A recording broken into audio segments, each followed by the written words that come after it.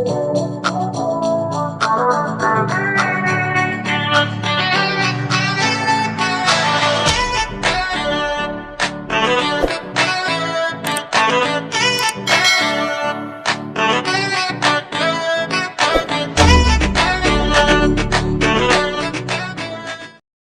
guys, it's me Tracy and welcome back to my YouTube channel. So for today's video, gagawa tayo ng tuna shawarma.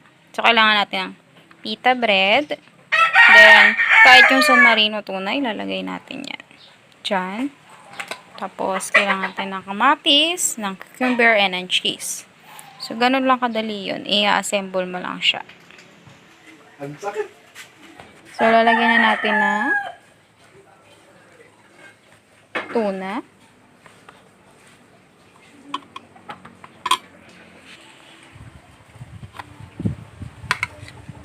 Susunod, lalagyan natin ng cucumber. And kamatis.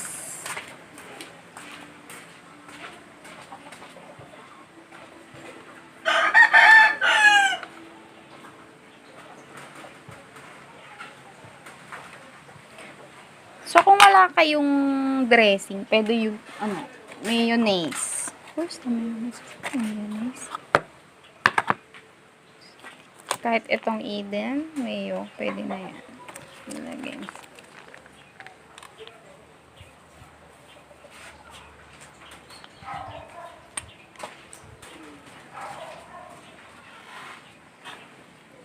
And then, lagyan natin siya ng cheese sa ibabaw.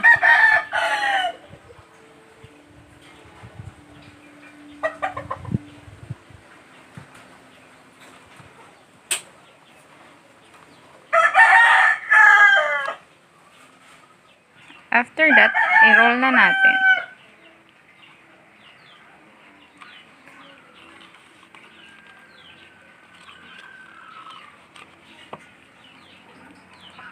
Yan.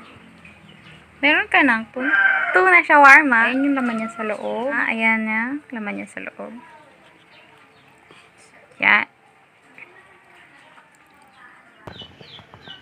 And there you have it guys. Ito na ang ating easy tuna shawarma. That's it for today. See you on my next vlog. And don't forget to like, share, and subscribe. And hit the notification bell below para updated kayo sa every upload ko. Bye guys!